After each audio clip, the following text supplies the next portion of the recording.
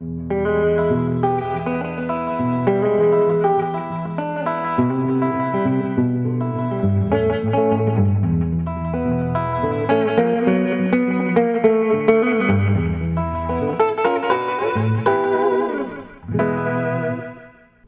this is Jason Lee from nextlevelguitar.com, and today I wanted to discuss with you about my Fulltone tube tape echo. So this is actually a physical tape echo unit. This has a tape cartridge that's inside the tray that actually spins while I'm playing. So without this unit, I would pretty much have a direct sound right through my 62 Fender Bassman amp. So if you can kind of hear that little slapback delay, that's actually the tone. It's actually recording me the first time and repeating it how I designate it to. So this is actually a reproduction that is hand-built in California by Fulltone. This is a reproduction of pretty much an original echoplex unit that was made popular by a lot of the original recordings of Sun Records, a lot of the rockabilly recordings, and even all the way through the 70s. Led Zeppelin using it on their vocals, Robert Plant doing the weird kind of repeats. Pretty much the basis of the unit is that you can actually take this bar right here and stretch the tape that's inside of it, and that's what actually changes your timing. So we'll try it really quick and you can hear the difference. We'll do a little pluck here. But as I actually open it up a little bit, we're stretching the tape and actually increasing the time. But it's just as easy as to slide it back, and we'll pretty much have that same tone we had before. A little bit faster than before, but that'll work. So yeah, it's an amazing unit. It's pretty much, for the tone that I've been using today, this is pretty much the unit I've been using.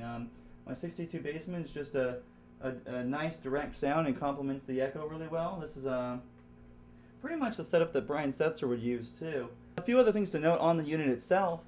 This is actually a tube tape echo too, so a nice feature about this, it actually has a preamp tube in the unit. What that does is also helps me push this amp a little bit more, as opposed to just having a solid state unit that has a very, I would say, clean and brittle sound. This actually has a little bit more warmth to it, and it can actually distort a little bit easier if you want. So you can actually, anything probably about past 5 is going to give you a little bit more volume than you would if you're running direct into the unit. So I run it about 6 to 7, and it pushes this amp a little bit more.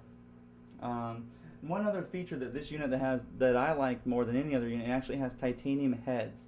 So heads inside of a tape unit are what recording you and playing through the unit. So previous heads before wear out over time. The titanium heads just pretty much are going to last that much longer. It's a really nice feature to have to get the old sound but with the modern day technology. Alright, now we have a tight-in shot of the tube tape echo itself from a top view, and I just want to go over the controls really quick. So here is your actual guitar volume knob, your echo volume. This is how much you're actually blending after the guitar comes in, and then your echo repeats. We showed this earlier. This shows how long you can make it go for and come back. A few other features with this. This has a direct bypass mode right here that you can click. Another really neat feature, this actually can run in stereo. So here's our stereo outputs right here, and this switch itself actually puts that in that mode. So stereo mode 1 is going to run it stereo out, meaning that it's pretty much just doubling up the sound that's coming through. Stereo 2 can actually hit repeats 1 and 2 to the first amp and 2 and 4 to the second amp, or you can pretty much set it up how you want to by turning your echo repeats a certain amount. One of the neat features that this has is actually stereo mode 3 lets it ping pong. Ping pong is when, let's say you hit one chord once, it'll bounce from one amp to the other. So it's really neat. Some other quick features on this. This is actually playback and echo off. So this is kind of a neat feature if you're doing any recording and you want to have it play back once and then just shut off. And then this is actually your separate output too. This is your actual slider that you pretty much use all the time. Like here it says delay time. So what you're doing is you're actually bending the tape when you're moving this. So the further you go out, the longer the time is. Right here. One other feature with this, if you don't want to be moving this all the time and you do find a happy medium of what you actually are using live, you actually have a high speed and a low speed. So this actually, just by decreasing the speed, actually slows down your repeat. So it's a really neat feature. Alright, now we've actually done something pretty cool. We've actually taken the protective cover off of the unit, which is totally fine to do. And this is actually this is the replacement cartridge that you can order. It pretty much just runs around through here. This is a rubber wheel that keeps it as a guide. And this is head 1. This is head 2. So what's going is when you actually record it and you're playing, it's going to record it to here, which is this output, or here, which is this output. Right here, this is just a cleaner or like a buffer, if you call it. If you do order a new tape, you get a new one of these because these do wear out with time, like the cartridges do. One neat feature that I do want to mention is it won't start running the tape itself until you actually put in your main output. You always have to have the main output going. So even if you want to run Echo 2, just put a dummy jack in there and actually operate it.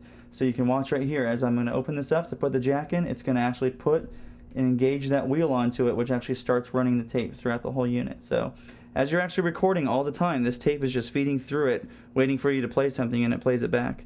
And that's it. The way that the original tape echo does work is that as the tape keeps spinning across the heads, you're pretty much recording in real time at all times.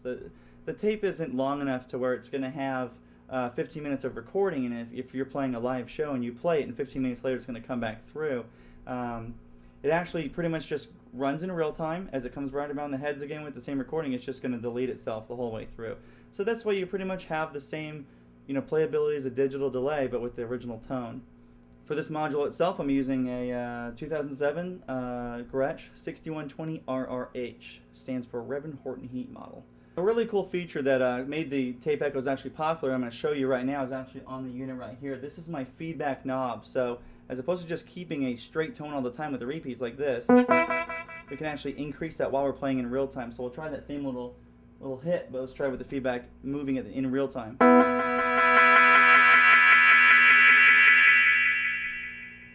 So what I'm actually doing is telling the tape to actually repeat that much longer, and as I'm moving it in real time, it's actually stretching and compressing the time. So it's a really neat feature that a lot of people love about the tape echoes that you cannot do in purity with a digital delay pedal.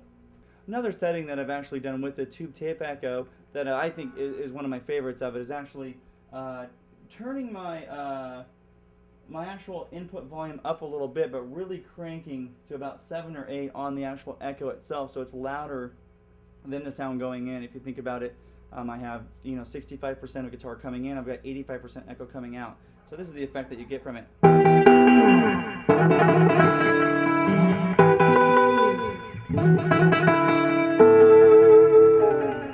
So that's definitely a feature that I like a lot with this unit that you can't do, I definitely say you can't do with a digital delay pedal.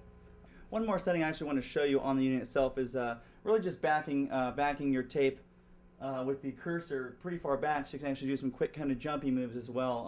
The tape echo unit isn't just a unit to actually have repeats.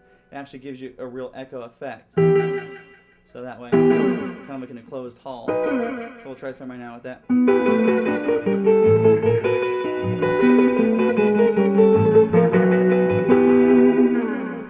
So definitely an effect that I actually use quite a bit for the original rockabilly tone. One thing I want to mention is the market of the tube tape echo from Fulltone. You can, on average, find it around $1,200 on the market. One thing to consider is that the tapes do wear down over time. My average use is about a year, but I definitely say if you want to keep the quality of the tape up, because it does degrade over time, probably about every 6 months if you want to. You can order them from Fulltone when you do own the unit itself. So I believe you get on there. It's either their mailing list or in their computer, but when I order them, they know I own one under my serial number. So if you order them, they can send them to you pretty quickly. They're in California. They're around $40 a cartridge, $30 to $40, but it's definitely worth it if you want the real tone. Well, I'd like to say thank you again. This is Jason Lee at nextlevelguitar.com, and I hope this little training module on the tape echo open your minds to what could be a really cool tone.